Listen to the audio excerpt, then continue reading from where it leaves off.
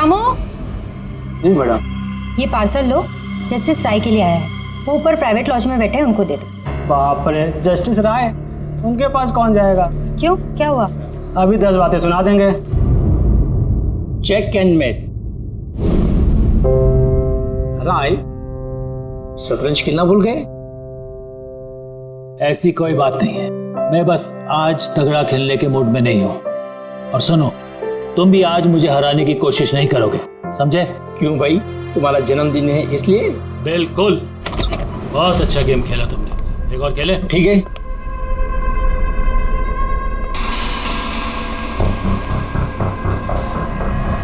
Hello sir, राय sir. क्या है? Happy birthday sir, आपके लिए पार्सल आया। ठीक है, रखो इधर,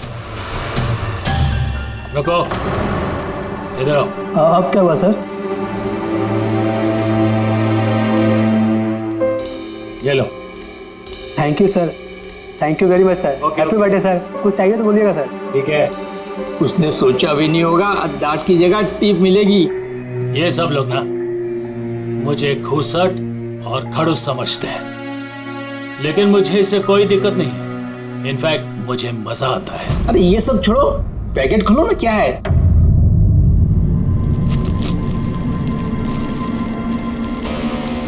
ये है क्या? देश के सर्वश्रेष्ठ कानूनी दिमाग को सम्मान पूर्वक भेंट। कोई नाम नहीं? Press the tell.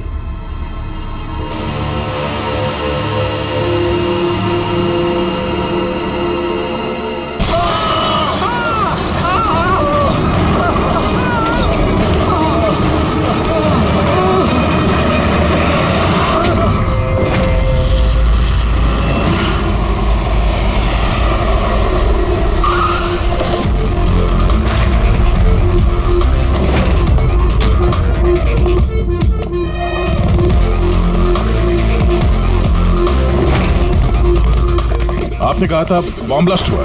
हाँ सर, लॉन्च में सर। वो दोनों वहीं थे सर।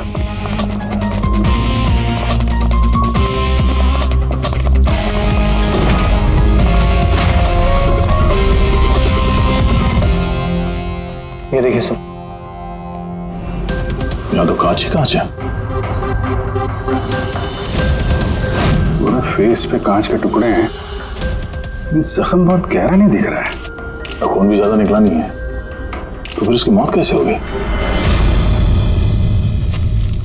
सर, शायद बक्से के अंदर कांच के टुकड़े रखे होंगे। हाँ सर, इसमें एक कांच का शोपीस था। स्कैन करते वक्त गार्ड ने देखा था। एक्चुअली सर, आज जस्टिस राय सर का बर्थडे था ना, इसलिए ये बॉक्स किसी ने भेजा था। लेकिन सर, ये बॉक्स तो मेटल डिटेक्टर स्कैनर सबसे क्लियर होके आया था। फिर पता नहीं क्यों ये सब हो गया। सर, हमारे ज़्यादातर क्लाइंट्स हाई प्रोफाइल जजेस और लॉयर्स हैं, और उनमें से ज़्यादातर ऐसे हैं जिनकी जान को खतरा है। इसलिए हम उनकी सिक्योरिटी और प्राइवेसी का पूरा ख्याल रखते हैं सर। तो आज क्या हुआ? हाँ? सर, प्रेस द टेल, क्या है ये? जो कुछ इस बॉक्स में होगा शायद उससे रिलेटेड है। ये पार्सल तो जस्टिस राय के लिए था। ये जस्टिस लाल बिना वजह मारे गए। शौपथन, अब ये ऑनलाइन शॉपिंग की गई है। चारों तरफ कांच बिखरे हैं। इन लोगों का कहना था कि धमाका हुआ है, पर अगर पैकेट के अंदर कांच था तो धमाका हुआ कैसे? और अगर यहाँ पे बॉम्ब ब्लास्ट हुआ था तो फिर मेटल या प्लास्टिक के टुकड़े या फिर बारूद, कुछ तो होना चाहिए ना। ऐसा कुछ भी नहीं है यहाँ पे। एक काम करो, ये बॉडी और ये कार्ड इसको फॉरेंसिक लैब में भेज दो। और पूर्वी, ये जस्टिस राय का मोबाइल फोन चेक करो। मेटल डिटेक्टर वहाँ, स्कैनर वगैरह तो सब है। अगर पार्सल में बॉम्ब था तो डिटेक्ट कैसे नहीं होगा? सर, पार्सल में ऐसा कुछ था ही नहीं साहब, मैंने ध्यान से देखा था। और स्कैनर मशीन में साहब सिर्फ कांच का सामान ही दिख रहा था। अच्छा, इस स्कैनर की फुटेज स्टोर तो होती होगी? हाँ सर, फुटेज 24 घंटे तक सेव रहती है और उसके बाद अपने आप डिलीट हो जाती है। ओके, तो फुटेज देख सकते हैं हम लोग?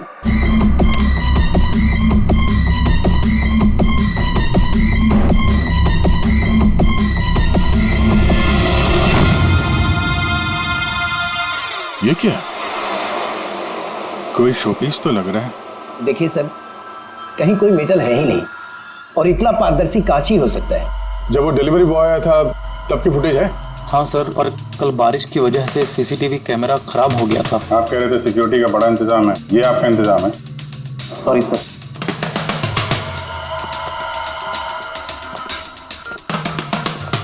अब दे के हमारे पास यही एक सुराग बचा है, वो कुरियर आईडी, बस। चलो एक छोटा सुराग तो हाथ लगा।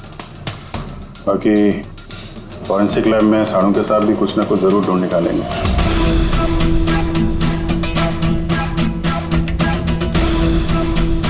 ये गुत्थी तो सूरज ही नहीं रही है। समझ में नहीं आ रहा है आखिर ये हुआ कैसे। के तू कह रहे तेरे समझ में नहीं आ रहा कि इन दोनों की मौत हुई कैसे? नहीं नहीं, ये समझ में आ गया कि इनकी मौत कैसे हुई है। ये जो कांच के टुकड़े हैं ना, इनमें जहर है, इसकी वजह से इनकी मौत हुई है। कांच के टुकड़े जहरीले थे? हाँ, वो जो कांच का शोपीस बना था ना, तो शोपीस बनाते वक्त जब कांच को पिघलाया गया तब खूनी ने उसमें जहर मिला दिया। जब कांच ठंडा हो गया तो जहर पूरे के पूरे कांच में फैल गया। कोई सोच भी नहीं सकता था बॉस। और सर, जब हमने इन कांच के टुकड़ों को टेस्ट किया तो पता चला कि इसमें एक ऐसा जहर मिला हुआ था जो कोई भी अपने घर पे बना सकता है। सर, आप तो बोल रहे थे कि ये गुत्थी सुलझी नहीं है, मगर आपने तो पूरा केस ही सॉल्व कर दिया है। नहीं नहीं नहीं पंकज, ये केस सॉल्व नहीं हुआ है। सिर्फ ये पता लगा है कि कांच के टुकड़े जहरीले थे। बस ये केस जितना सिंपल दिख रहा है उतना सिंपल है नहीं। लेकिन सर, इसमें इतना कंफ्यूजन क्या है? कांच ब्लास्ट हुआ और उसके टुकड़े इन दोनों को लगे, जहरीले कांच के टुकड़े, जहर खून में मिला और इन दोनों की मौत हो गई, राइट? करेक्ट। लेकिन तुमने बीच में क्या कहा? कांच ब्लास्ट हुआ। अब सवाल यह है कि कांच ब्लास्ट कैसे हुआ? जब इसमें कोई विस्फोटक नहीं है, किसी किस्म का कोई केमिकल नहीं मिला है, तो ये ब्लास्ट हुआ कैसे? फोरेंसिक सर्जन कौन है? मैं हूँ। तो फिर तुम बताओगे ना। फॉरेंसिक एक्सपर्ट हूँ, जादूगर नहीं हूँ। अच्छा, समझ में नहीं आ रहा तो जादूगर नहीं हूँ। सर, इन जहरीले टुकड़ों के अलावा हमें एक और चीज मिली है। क्या? ये कार्ड जो इस गिफ्ट के पास था, ये कार्ड का पेपर वैसे तो मोटा दिख रहा है, लेकिन एक्चुअल में ये 2 पेपर को यूं चिपका कर बनाया गया है। और ये देखिए इसमें क्या लिखा है।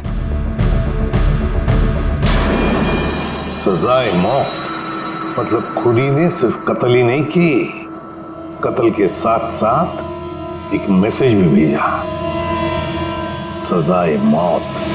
जो हुआ उसका बहुत दुख है हमें, पर ऐसे समय में भी हमें आपसे कुछ सवाल करने पड़ेंगे। जी मैं समझ सकती हूँ। आपको किसी पर शक है? जी मेरे पति कानून पर सख्त और न्यायप्रिय इंसान थे, तो जाहिर सी बात है कि ऐसे इंसान के लाखों लोग दुश्मन हो सकते हैं। वो अपराधी जिनको इन्होंने सजा दी थी, वो वकील जो इनकी सख्ती से बहुत परेशान थे और इनके फैसले से नाखुश भी, आए दिन उन्हें धमकियां भरे फोन आते थे और लेटर्स भी। पर इन सब के बावजूद भी वो अपने आप पर गर्व महसूस करते थे। उन्हें लगता था कि उनकी ईमानदारी का ये इनाम था। आई एम सॉरी, इससे आगे मैं और कुछ आपको बता नहीं पाऊंगी, पर हाँ, आनंद आपको सब कुछ बता देगा। आनंद? आनंद कौन है? आनंद इनका पर्सनल असिस्टेंट है। और कहाँ मिलेंगे मिस्टर आनंद? वो मेरे पति के चेंबर में ही ऊपर बैठकर काम कर रहे हैं। आप चाहे तो उन्हें मिल सकते हैं। मिस्टर आनंद, जस्टिस राय पे बहुत सारे हमले हुए थे, बहुत लोग दुश्मन थे उनके। क्या जानते हैं इनके बारे में आप? सर, उनको धमकी देने वाले लोगों की कमी नहीं थी। अच्छा, ऐसे कितने लोग थे जिन्होंने जान से मारने की धमकी दी थी? अनगिनत। उनकी धमकियों को ट्रॉफी के जैसे संभाल कर रखते थे। 1 मिनट सर।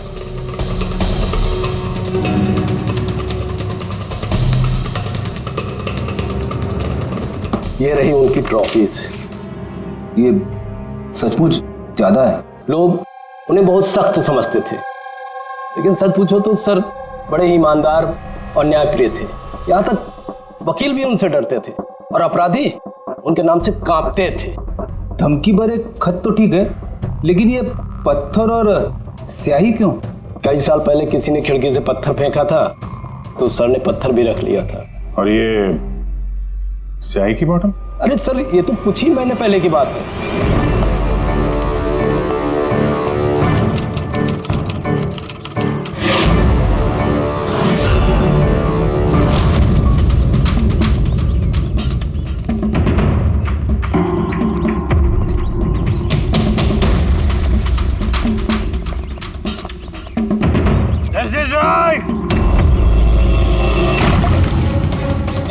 क्या कर रहे हो?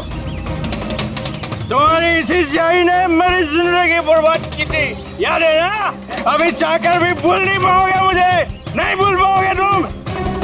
रखो, आनंद जाके बॉटल लाओ। ठीक है सर। ओके। अब ये बॉटल सोवेनियर बनेगी हमारी स्टडी रूम में। Yes sir. कमल को इस हरकत की वजह से फिर से जेल हुई, शायद अब भी जेल में ही हो। बेटी, ये सारी चीजें अपने कब्जे में ले लो। और मिस्टर आनंद, जज साहब को जिन जिन लोगों ने धमकी दी है, सबकी डिटेल चाहिए हमें, सबकी लिस्ट चाहिए। यार वीरेन प्लीज यार, एक बार फिर से पता करो यार, शायद कुछ पता चल जाए। सर, जब ये पॉसिबल है ही नहीं तो पता चलेगा कैसे? देखिए, आप सिर्फ मुझे कांच के टुकड़े दिखा रहे हैं, ना इसमें बारूद है, ना केमिकल है, ना कोई मेटल, और कोई विस्फोटक पदार्थ भी तो नहीं है इसमें कि हमें पता चल सके कि ये ब्लास्ट की वजह क्या है। अरे यार वीरेन, वहां पर जो कुछ था वही दूंगा ना, वहां पर सिर्फ कांच के टुकड़े थे और कुछ नहीं था। तो सर, ये बॉम्ब ब्लास्ट है ही नहीं, क्योंकि दुनिया में ऐसा कोई भी बॉम्ब नहीं बना है जो सिर्फ कांच के टुकड़ों से बना हो। कांच में विस्फोटक गुण होते ही नहीं है सर, ट्राई टू अंडरस्टैंड। मुझे मालूम है कांच में विस्फोटक गुण नहीं होते, लेकिन वहां पर ब्लास्ट हुआ है, ब्लास्ट में सिर्फ कांच के टुकड़े मिले और कुछ मिला ही नहीं है यार। तो सर, आई विश कि आप ये केस जल्द से जल्द सॉल्व कर लें, ताकि हमें भी तो पता चले कि ये ब्लास्ट हुआ कैसे। सर आप लोग कांच के गुणों के बारे में बात कर रहे हैं ना? मैं ऐसी किसी को जानती हूँ जो हमारी हेल्प कर सकती है। ग्रेट सर, उसको हर तरह के कांच के बारे में पता है। आई थिंक हमें एक बार उससे मिल लेना चाहिए। मिलते हैं तारिका, तुम जिससे कहोगी उससे मिलते हैं। बस मुझे सिर्फ ये पता करना है कि आखिर ये ब्लास्ट हुआ कैसे।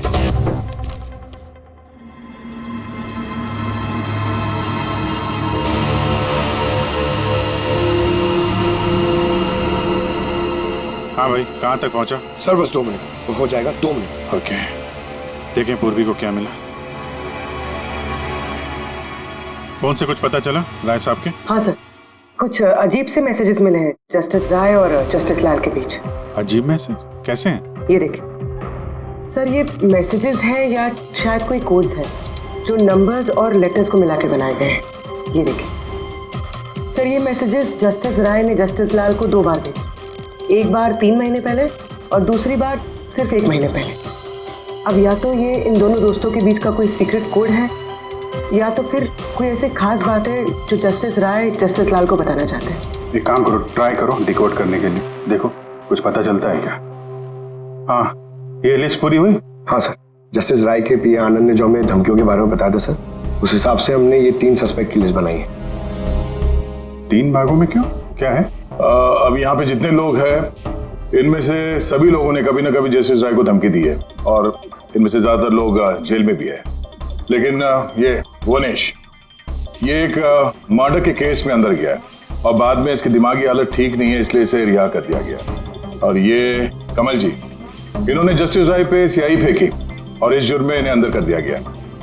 फिलहाल ये कहाँ पर है उसकी कोई जानकारी नहीं है। सर, ये दूसरी लिस्ट जो है इसमें से ये 3 लोगों को सजाए मौत दी हुई है सर जस्टिस ने, और ये अभी भी जेल में अपनी सजा काट रहे हैं। 3, ये चौथा, ये कौन है? सर, ये है किशोर जी।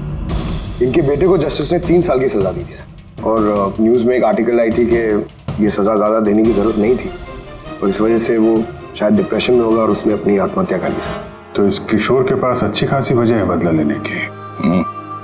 और ये है धवन, ये एक वकील है पेशे से, और अजीब बात यह है कि पिछले साल इसने जस्टिस राय के कोर्ट में बहुत सारे केसेस लड़े, पर वो एक भी जीत नहीं पाया, सारे हार गए। तो कहीं ये हारा हुआ वकील बदला लेने के चक्कर में राय साहब को, हाँ ये भी हो सकता है कि ये कोई काबिल वकील ही ना हो। तो अब कुल मिला के हमारे पास बचते हैं 4 सस्पेक्ट। एक ये कमल, वनेश, किशोर और धवन। सर, गिफ्ट भेजने वाले का पता चल गया। वो गिफ्ट कमल ने भेजी थी और शॉपेथॉन वालों ने कुरियर की आईडी से पता किया है। तो उनके पास उसका एड्रेस होगा? नहीं सर, एड्रेस का तो पता नहीं चला। कोई बात नहीं, कमल जिस जेल में था वहां से पता चल जाएगा, वहां चलते हैं। सॉरी ऑफिसर, लेकिन हमें उसे 1 महीना पहले ही छोड़ना पड़ा। जज पे हमला किया था, इतनी जल्दी छूट गया? 1 मिनट, आपने कहा कि उसे छोड़ना पड़ा, लेकिन क्यों? उसकी तबीयत की वजह से, क्योंकि सालों से उसको नशे की लत थी। 7 साल पहले वो एक केस में पकड़ा गया था, वहाँ उसने पीना छोड़ दिया, लेकिन जेल से छूटने के बाद फिर उसने पीना शुरू कर दिया, इसलिए उसका पूरा लीवर खराब हो चुका था। ये भी तो हो सकता है कि उसने लीवर खराब होने का बहाना किया हो। नहीं नहीं सर, हमने डॉक्टर से कंफर्म करके उसे छोड़ा था। अच्छा, उसका एड्रेस तो होगा ना आपके पास, वो दे दीजिए।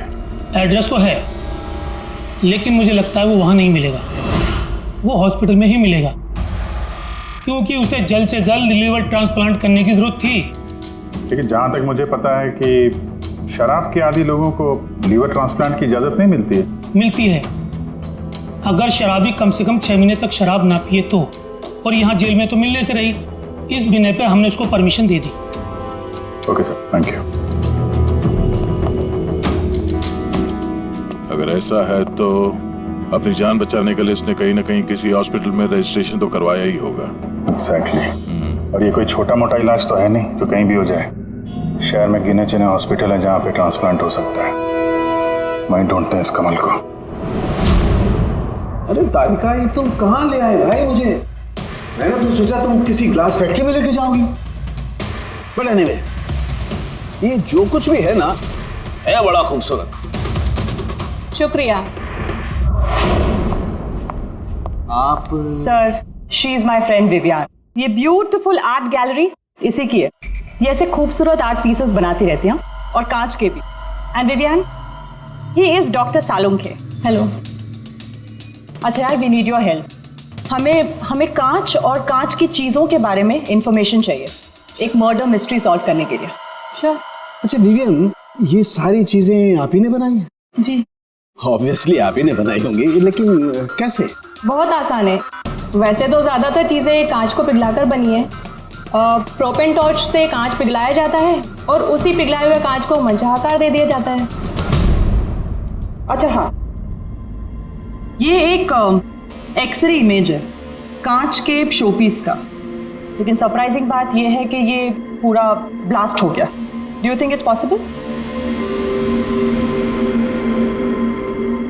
इसका आकार तो बूंद जैसा है, लेकिन समझ में नहीं आ रहा कि ये है क्या। विवियन, एक बार जरा फिर से देखो गौर से। शायद कुछ ऐसी चीज हो जो तुमने अभी तक देखी नहीं। 1 मिनट, इसकी नोक देख रहे हैं आप लोग? ये जानबूझकर बनाई हुई तो नहीं लगती। I mean, जिसने भी इसे बनाया है उसने कांच को पिघलाकर बहुत जल्दी उसे ठंडा कर दिया है, बिल्कुल तुरंत, जिससे कि कांच का आकार न केवल बूंद के जैसा रह गया है, बल्कि इसकी नोक पतली, लंबी और नाजुक हो गई है।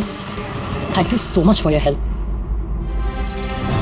कांच को पिघला करके ठंडा कर दिया गया, तुरंत तुरंत, जैसे वो बूंद बनी। My God. तारिका, हमें लैब में चलना है तुरंत, फौरन। और हाँ, वो विवियन, हमें आपकी वो प्रोपेन टॉर्च चाहिएगी प्लीज। किशोर, धवन, भुवनेश, अब तीनों को जस्टिस राय के खून के सिलसिले में यहां बुलाया गया है। मर गया? बड़ा भगवान बनता था, लोगों के जिंदगियों का फैसला करता था। चलो अच्छा है, अब मर गया। सर, इसे देख के तो लगता है कि ये दिमागी हालत से ठीक नहीं है। हो सकता है नाटक कर रहा हूं। असाइलम की अटेंडेंस स्लिप है इसकी।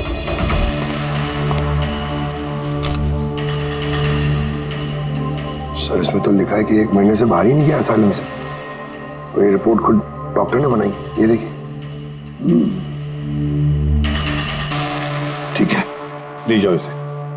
चलो चलो उठो।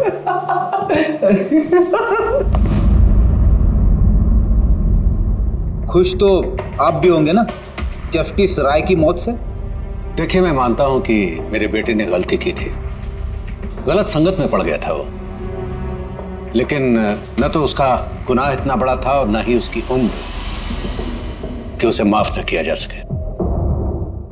और फिर अगर सजा देनी ही थी तो कम सजा दी जा सकती थी उसे, लेकिन जस्टिस राय ने ऐसा कुछ नहीं किया, जिसकी वजह से आपके बेटे ने आत्महत्या कर ली। जी। और आप जस्टिस राय को उसका जिम्मेदार मानते हैं? बिल्कुल मानता हूं, और मैं खुद को भी जिम्मेदार मानता हूं। शायद मेरी अपनी परवरिश में कोई कमी रह गई थी।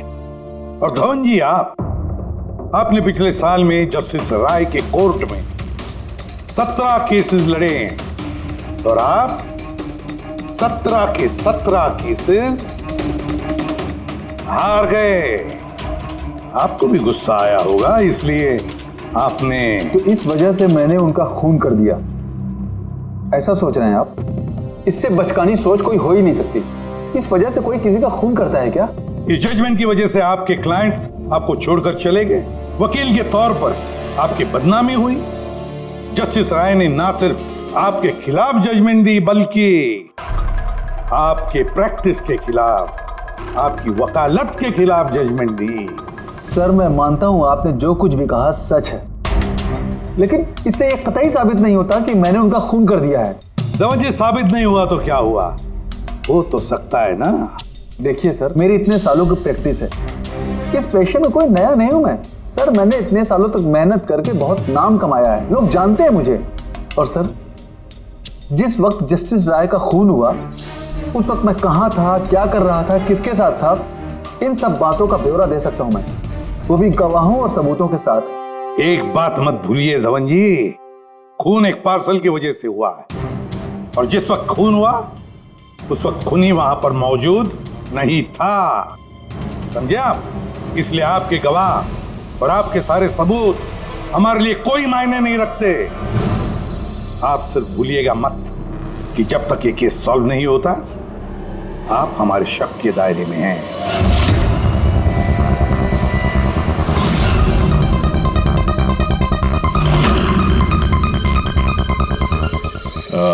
Doctor Puneet? Yes, sir. That's Dr. Puneet. Thank you. Doctor Puneet, हम लोग सीआईडी से हैं, आपसे फोन पे बात हुई थी कमल के बारे में। जी हाँ, मुझे याद है। दरअसल कमल हमारे लिवर ट्रांसप्लांट की लिस्ट में है और हम उसके लिए सही डोनर का इंतजार कर रहे हैं। और एक बात अच्छी है कि उसने शराब पूरी तरह से छोड़ दी है, वरना हम ये ऑपरेशन नहीं कर पाते। तो आपके पास इस कमल का एड्रेस तो होगा? जी, एड्रेस तो नहीं है। तो डॉक्टर साहब, उसको अगर डोनर मिल गया तो आप उसे कांटेक्ट कैसे करेंगे? सिंपल है, हम डोनर्स और जरूरतमंद पेशेंट की लिस्ट हमारी वेबसाइट पर अपलोड कर देते हैं और सभी पेशेंट्स अपने डोनर्स की सही लिस्ट वहां पे देखते हैं और हमें कांटेक्ट करते हैं। अगर कमल अपना नाम लिस्ट में देख लेता है तो यकीनन वो यहाँ आ जाएगा। ये तो बहुत अच्छी खबर है। डॉक्टर साहब, आपको हमारा एक काम करना होगा। पिघले हुए गरम गरम कांच को तुरंत ठंडा करना है, तुरंत। और पानी से ज्यादा अच्छा ये काम और कौन कर सकता है?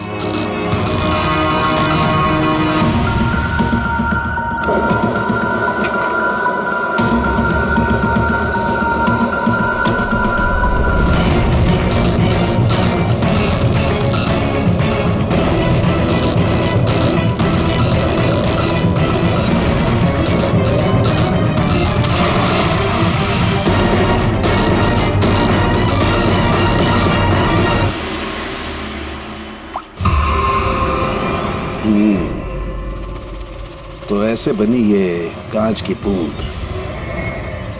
लेकिन जस्टिस राय की जिस बूंद से मौत हुई थी वो तो काफी बड़ी थी। ठीक है, मैं भी एक बड़ी बूंद बनाने की कोशिश करता हूं।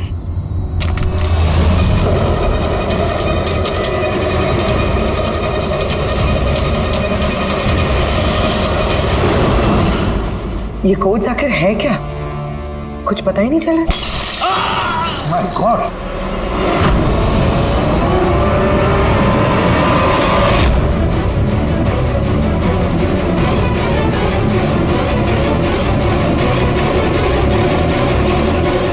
अरे सर, साहब क्या हुआ? सर क्या हुआ सर? सर ये सब हुआ कैसे? कहीं आप बॉम्ब तो नहीं बना रहे थे? हाँ। क्या? बॉस, वो जस्टिस राय को और जस्टिस लाल को जिस तरह के बॉम्ब से मारा गया है ना, मैंने पता कर लिया बॉम्ब किस तरह से बनाया गया। बहुत आसान है। वो कैसे सर? अरे यार, सब कुछ यही पूछोगे, थोड़ी मरम पट्टी तो करने दो यार। बस कांच के इस बूंद जैसे आकार को सिर्फ एक ही तरीके से बनाया जा सकता है, गरम गरम पिघले हुए कांच को पानी में गिराकर। पिघला हुआ कांच पानी में गिरेगा और तुरंत ठंडा होकर के ये बूंद जैसा आकार ले लेगा। इसके इस आकार की वजह से ही इसे कांच के आंसू भी कहा जाता है। यार, ये कांच के आंसू के बारे में छोड़, कैसे बनते हैं? ये कांच का आंसू फूटा कैसे, ये बता पहले। वही तो पता करने की कोशिश कर रहा था बॉस। मैंने इस कांच के आंसू मतलब इस बूंद के अगले सिरे को बहुत मोड़ने की कोशिश की, लेकिन कुछ नहीं हुआ। उसके बाद मुझे याद आया, पार्सल के साथ मैसेज भी आया था और उस मैसेज में लिखा हुआ था प्रेस द टेल। मैंने ये इसकी दुम, इसकी पूंछ को दबाया, बम। आपको मालूम ही है सर, ये पूंछ दबाई और फूट गया, ये कुछ समझ में नहीं आया। मैं समझाता। दरअसल ये सब कुछ होता है कांच के अणुओं में भीषण भौतिक तनाव की वजह से। जैसे ही कांच, गरम गरम कांच, पिघला हुआ कांच एकदम ठंडा होता है, इसके अणुओं में बहुत जबरदस्त भौतिक तनाव हो जाता है और फिर इसकी पूंछ को जब तोड़ा गया तो जबरदस्त भौतिक तनाव की वजह से इसके अणु एकदम बिखर गए और बूम, ब्लास्ट। ये सब कुछ कोई आम आदमी जान ही नहीं सकता। इसे जानने के लिए भौतिक विज्ञान की अच्छी खासी जानकारी होना बहुत जरूरी है। यानी कातिल कोई ऐसा है जो ये सब अच्छी तरह से जानता है। डॉक्टर पुनीत अपनी केबिन में है? हाँ सर है। Thank you. डॉक्टर साहब मेरे लिए डोनर मिल गया। हाँ, कब है मेरा ऑपरेशन, कब कर सकते हैं? वो अभी हम आपका ऑपरेशन नहीं कर सकते क्योंकि आपके लिए सही डोनर नहीं मिला है। ऐसे कैसे हो सकता है डॉक्टर? मेरा नाम लिस्ट में सबसे पहले था।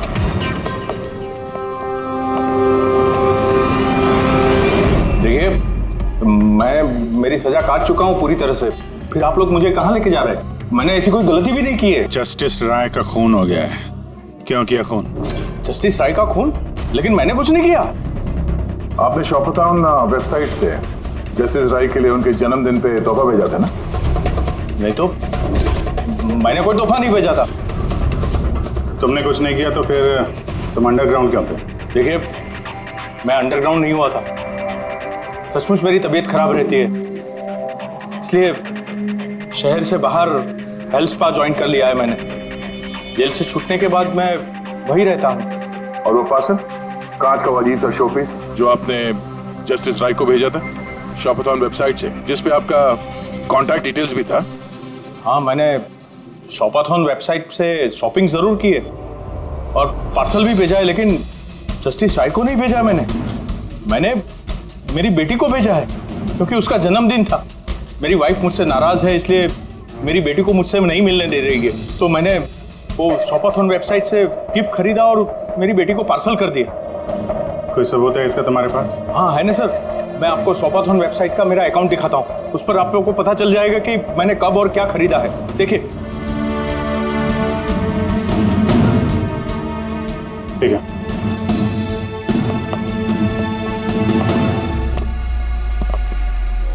ये आदमी तो वाकई सच बोल रहा है। इसने तो वो गिफ्ट अपने बेटी के लिए खरीदा था, और वो भी जस्टिस राय की मौत के 2 हफ्ते पहले। मतलब कातिल जानबूझ के हमारा ध्यान इसकी तरफ भटका रहा था। यानी वो जो कोई भी है, उसे कमल की पूरी हिस्ट्री के बारे में मालूम था। उसने उसके घर से वो पार्सल का डब्बा चुराया, उसमें कांच का सामान रखा और किसी तरह से जस्टिस राय तक पहुंचा दिया। कातिल वही है जिसने ये पार्सल जस्टिस राय तक पहुंचाया।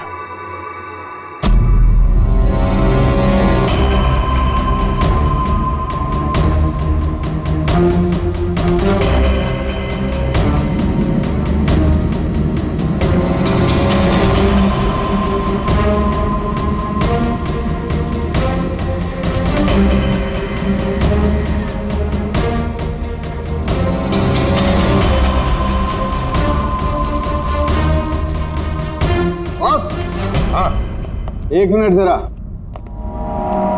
और से देखो, इस एड्रेस के नीचे की तरफ एक और एड्रेस, और ये दोनों पते अलग अलग हैं। डैम इट, एक सुराग मिला था वो भी गलत निकला। मतलब कमल बेकसूर है। बस मैं इस कागज को लैब में ले जाकर के अच्छी तरह से चेक कर लेता हूँ। ठीक है सर, सब मिल गया। एक सबूत गया तो दूसरा मिल गया, कोड डिकोड हो गया। कोड में क्या है? सर वो कोई कोड्स नहीं है, सिंपल मैसेजेस है। उन दोनों डेट्स पे जब जस्टिस राय ने जस्टिस लाल को मैसेजेस भेजे थे, उन दोनों डेट्स पे दो बातें कॉमन थी। कौन सी बात? सर पहली बात, उन दोनों डेट्स पे दोनों जजेस में से एक शहर से बाहर था, और दूसरी बात, उन दोनों डेट्स पे संडे था। जिस दिन कत्ल हुआ है उस दिन भी संडे था। Exactly sir. और मारे जाने से पहले वो दोनों शतरंज खेल रहे थे। यस। जो मैसेजेस जस्टिस राय ने जस्टिस लाल को भेजे हैं वो कोई कोड्स नहीं, शतरंज की चालें थी। वो दोनों चाहे कहीं भी हो अपना शतरंज का खेल जरूर पूरा करते थे। जहां छोड़ा अगली बार वहीं से पकड़ते थे। मतलब दोनों भी जजेस संडे के दिन शतरंज खेलते थे, और ये बात कातिल जानता था, इसीलिए उसने उसी संडे को खुद अपने हाथों जाकर वो पार्सल डिलीवर किया।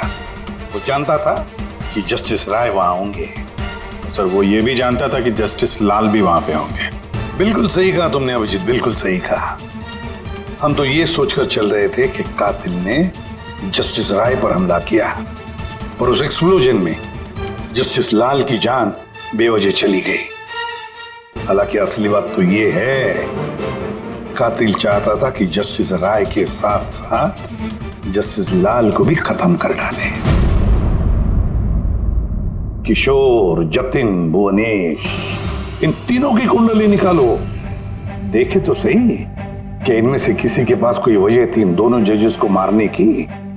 और फिर धवन, पता लगाओ उसके सारे के सारे केसेस उसने जस्टिस लाल के कोर्ट में लड़े थे, वो क्या है और किसके हैं। सर, हाँ सर, धवन के बारे में पता करके आ रहा हूं। जस्टिस लाल के कोर्ट में सर वो 100 में से 75 केसेस आ रहा था। सर, हाँ सर, जतिन के जेल रिकॉर्ड्स मिल गए। उसके वकील ने डिप्रेशन के बिना पे जतिन को छोड़ने की अपील की थी, और उसकी अपील ठुकरा दी गई थी। जज कोई और नहीं, जस्टिस लाल ही थे। तो जतिन के पिता किशोर के पास अच्छी खासी वजह है कत्ल करने की, पर इतना पेचीदा प्लान वो बना पाएगा? वही तो सर, किशोर एक स्कूल टीचर है, उसे कैसे पता होगा कि कांच के आंसू से किसी की जान जा सकती है? ये तो इस बात पर निर्भर है कि ये किशोर मास्टर जी स्कूल में कौन सा विषय पढ़ाता है। पता लगाओ ये कौन सा सब्जेक्ट पढ़ाता है स्कूल में। रेबा धवन की, उसके पास तो एलिबाई है, तो बस इन दोनों के एलिबाई फिर से चेक करो अच्छी तरह से। बच्चों, आज मैं तुम्हें एक नया एक्सपेरिमेंट सिखाऊंगा। जानते हो किसका? कलर्स का एक्सपेरिमेंट। रेडी? ये देखो, दूध है। अब मैं इसमें डिफरेंट कलर्स के एक एक ड्रॉप डालूंगा।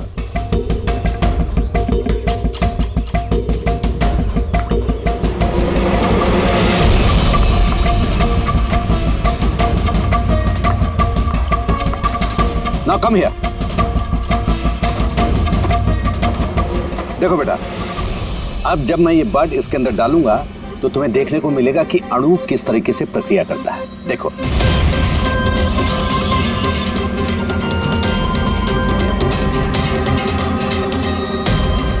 देखा? इसे कहते हैं विज्ञान का जादू। कमाल है। नहीं, मैं आपके प्रयोग की बात नहीं कर रहा हूं, आपके बारे में बात कर रहा हूं। आपने कभी बताया नहीं कि आप विज्ञान पढ़ाते हैं? आप लोग यहाँ?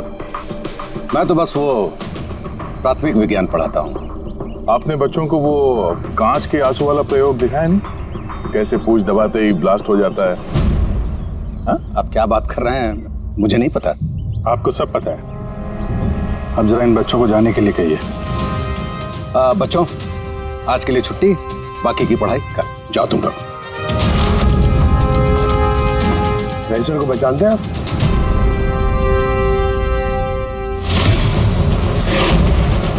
रविवार याद है आपको, जिस दिन टीचर पेरेंट मीटिंग थी?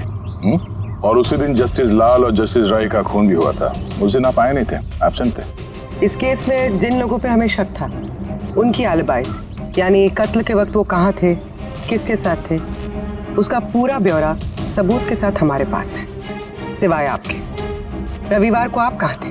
मैं घर पे ही था। मेरी तबीयत नहीं ठीक थी, इसलिए मैं जा नहीं पाया। झूठ, आप घर पे नहीं, क्लब हाउस में थे।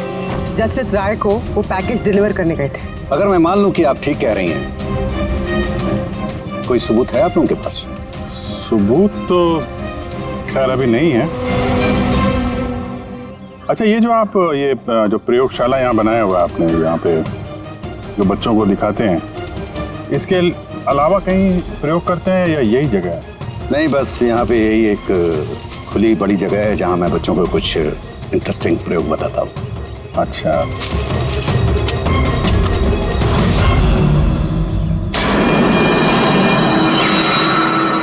सर। आप अंकल? अरे आप लोग वहां कहाँ जा रहे हैं?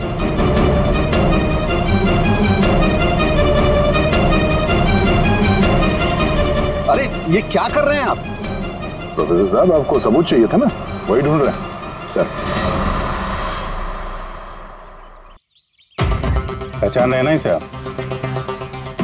ये तो एक टुकड़ा है, ऐसे बहुत सारे टुकड़े यहाँ मिलेंगे अगर यहाँ पे आसपास खोदा गया तो। क्या आपको भी पता है? ये कोई साधारण कांच के टुकड़े नहीं है डॉक्टर साहब।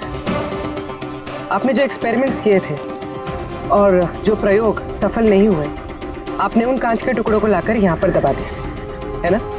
अभी आप सच बोलेंगे कि इस कांच को हम जाके टेस्ट करें? क्योंकि अगर इसने टेस्ट किया तो इसमें वो जहर जरूर मिलेगा। हाँ, मैंने ही उन दोनों को मारा है, क्योंकि उन दोनों ने मिलकर के मेरे बेटे को मारा। मैंने उसी वक्त ठान लिया था कि इन दोनों से अपने बेटे की मौत का बदला लूंगा।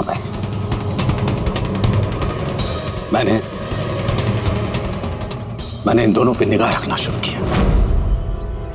एक दिन बच्चों के लिए इंटरनेट पे कुछ अनोखे प्रयोग ढूंढ रहा था मैं, तभी मुझे ये कांच के आंसू का प्रयोग मिला। मैंने सोच लिया कि अपने बेटे को इंसाफ दिलाने का यही एक तरीका है। मुझे पता था कि कमल जस्टिस राय पे स्याही फेंक चुका है और अभी अभी जेल से छूटा है। मुझे उसकी बेटी के बारे में भी पता था। मैं जानता था कि वो उसे बर्थडे गिफ्ट जरूर भेजेगा। अरे भाई साहब, ये भी लेना।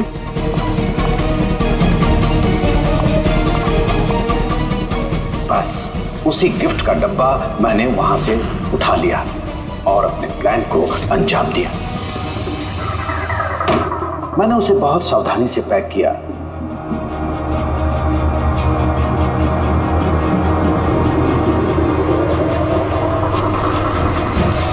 और फिर डब्बे पे पुराने एड्रेस के ऊपर नया एड्रेस लगाया। फिर मैंने उन दोनों की मौत का सामान वहां पहुंचा दिया। मुझे जो करना था मैंने कर दिया। मैंने उन दोनों से अपने बेटे की मौत का बदला ले लिया, उसे इंसाफ दिला दिया। इंसाफ नहीं, सिर्फ बदला था। जिसे ना तो तुम्हारे मरे हुए बेटे की आत्मा को शांति मिलेगी और ना ही उन बच्चों को जो तुम्हें अपना गुरु मानते हैं। हाँ, तुम्हारी इस गलती से उन्हें सबक जरूर मिलेगी। अपनी बची हुई जिंदगी जेल में काटते हुए शायद आप भी अपना सबक सीख ही लेंगे।